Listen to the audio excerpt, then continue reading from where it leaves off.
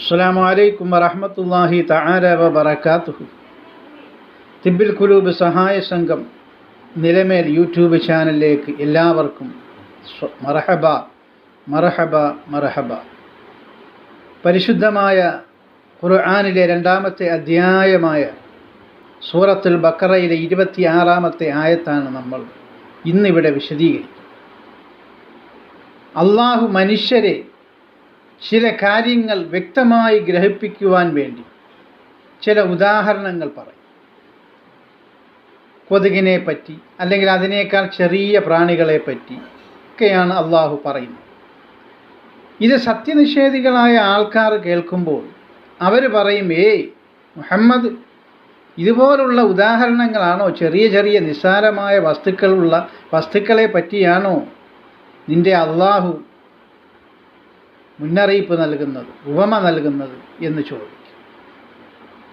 ഇപ്പോൾ കൊതുക് അല്ലെങ്കിൽ അതിനേക്കാൾ ചെറിയ പ്രാണി, ഇതൊക്കെ കൊണ്ട് നിങ്ങളെ നശിപ്പിക്കാമെന്ന് അള്ളാഹു പറയും സത്യനിഷേധികളോട്. നമ്മൾ കണ്ടില്ലേ, കൊറോണ കാലത്ത് കാണാൻ പോലും പറ്റാത്ത വൈറസ് ഇപ്പോൾ ദാ ഇറങ്ങിയിട്ടുണ്ട്, ചൈനയിൽ നിന്ന് കാണാൻ പറ്റാത്ത വൈറസ്. ഇതൊക്കെ കൊണ്ട് അക്രമകാരികളെ നശിപ്പിക്കും അള്ളാഹു എന്നാണ് പറയുന്നത്.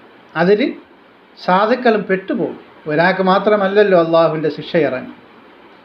അതിന് ഉദാഹരണമായിട്ടാണ് ഈ പരിശുദ്ധമായ ഖുർആൻ ഈ 26-ാമത്തെ ആയത്ത് പ്രതിപാദിക്കുന്നത്. നമുക്ക് നോക്കാം, ഇൻഷാ അല്ലാഹ് അതിലേക്ക് കടക്കാം. ബിസ്മില്ലാഹിർ റഹ്മാനിർ റഹീം. ഇന്നല്ലാഹ ലാ യസ്തഹീ അൻ യദ്രിബ മസലൻ മാ ബഅൂദതൻ ഫമാ ഫൗഖഹാ فأما الذين آمنوا فيعلمون أنه الحق من ربهم وأما الذين كفروا فيقولون ماذا أراد الله بهذا مثلا يضل به كثيرا ويهدي به كثيرا وما يضل به ഇല്ലൽ ഫാസിഖീൻ.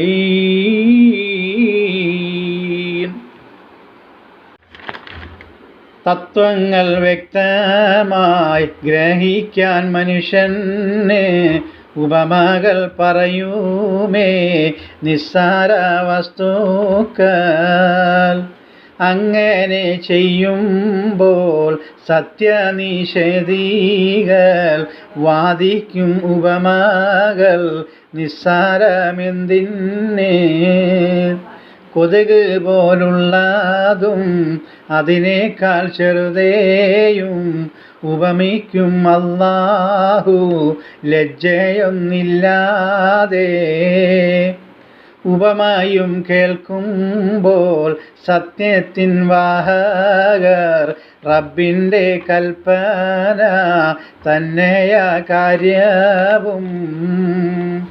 കപടന്മാരെല്ലാരും ഈയുള്ള ഉപമയും തള്ളിക്കളയുന്നു, വഴിയും പിഴയ്ക്കുന്നു. ഈയുള്ള ഉപമേയും സത്യവാന്മാരെല്ലാം കേൾക്കുമ്പോൾ തന്നെയും സൽവഴിയിലാകും. ഉപമകൾ ഇത് കേട്ട് സത്യനിഷേധികൾ ധർമ്മത്തിൻ പരിധികൾ സത്യത്തെ ലംഘിച്ചു.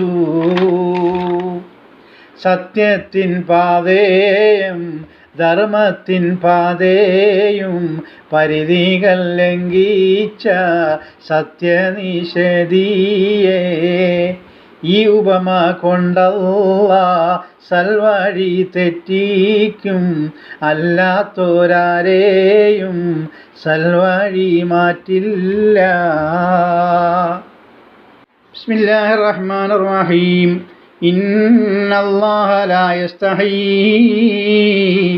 അൻ യദ്രിബ മസലൻ മാ ബഅൂദതൻ ഫമാ ഫൗഖഹാ. മനുഷ്യനെ തത്വങ്ങൾ പഠിപ്പിക്കുമ്പോൾ ഒരു കൊതുകിനെയോ അതിനേക്കാൾ ചെറിയ വസ്തുവിനെയോ അള്ളാഹു ഉപമയാക്കും. ഈ ഉപമ പറയുന്നതിൽ അള്ളാഹു ലജ്ജിക്കുന്നേ ഇല്ല.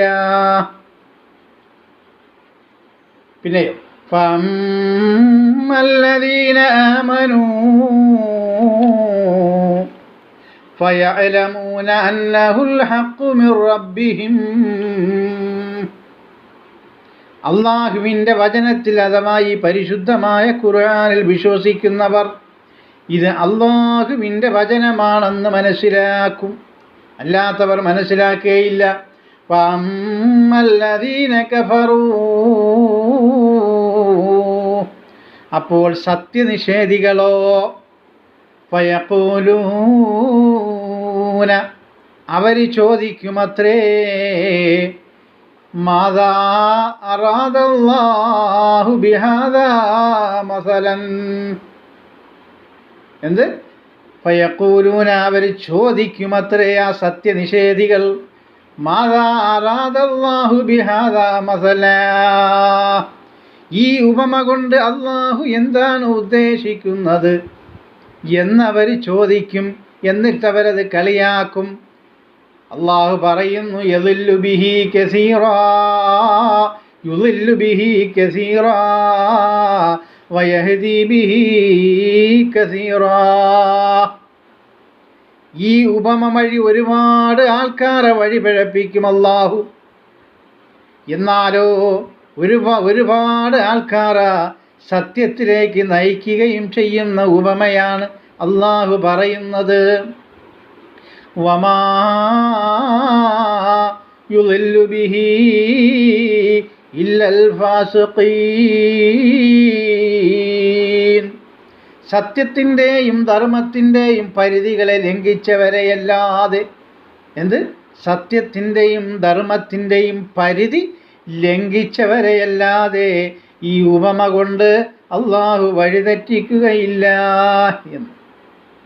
അപ്പോൾ അള്ളാഹു കാര്യങ്ങൾ മനസ്സിലാക്കാൻ തൗഫീഖ് ചെയ്യുമാറാകട്ടെ. ഇൻഷാ അല്ലാഹ് 27-ാമത്തെ ആയത്തുമായിട്ട് നാളെ കാണാം. അസ്സലാമു അലൈക്കും വറഹ്മത്തുള്ളാഹി തആല വബറകാതുഹു. എല്ലാവരും അംഗങ്ങളാകണം.